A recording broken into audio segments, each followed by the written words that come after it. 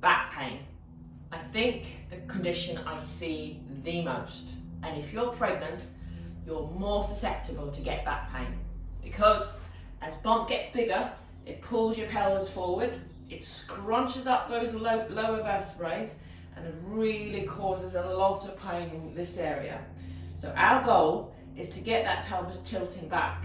And there's two techniques you can use, which is quite safe to do while you're pregnant because it doesn't involve any twisting.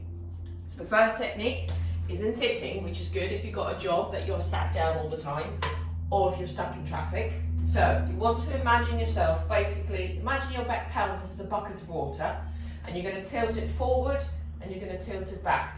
So basically just thinking about the pelvis, tilting it forward and then tilting it back. Tilting it forward and tilting it back. You really want to focus on the tilting back part because that's the area where your lower spine will gap the most and give you some relief.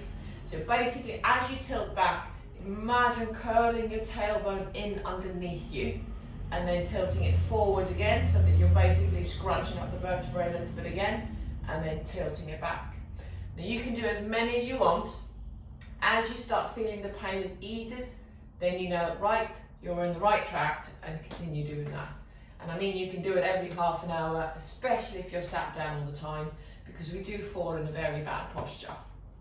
Then the next one, you can do the next technique, you can use a wall. So this one is especially if you've got pain towards more one side of the spine, so around about the SIJ area, that's where the lower spine and the pelvis basically connects. So say for instance, you've got a lot of pain on the left hand side.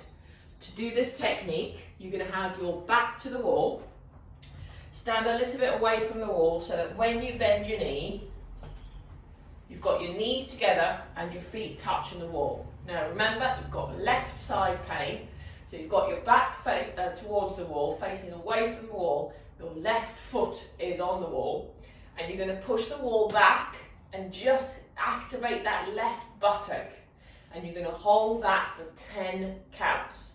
Then you're going to turn around immediately, and the opposite side, which you don't have any pain with, you're going to do with a straight leg, foot is off the floor, straight leg, and you're going to push forwards again and just activate this front part, the hip flexors, and again you're going to count to 10.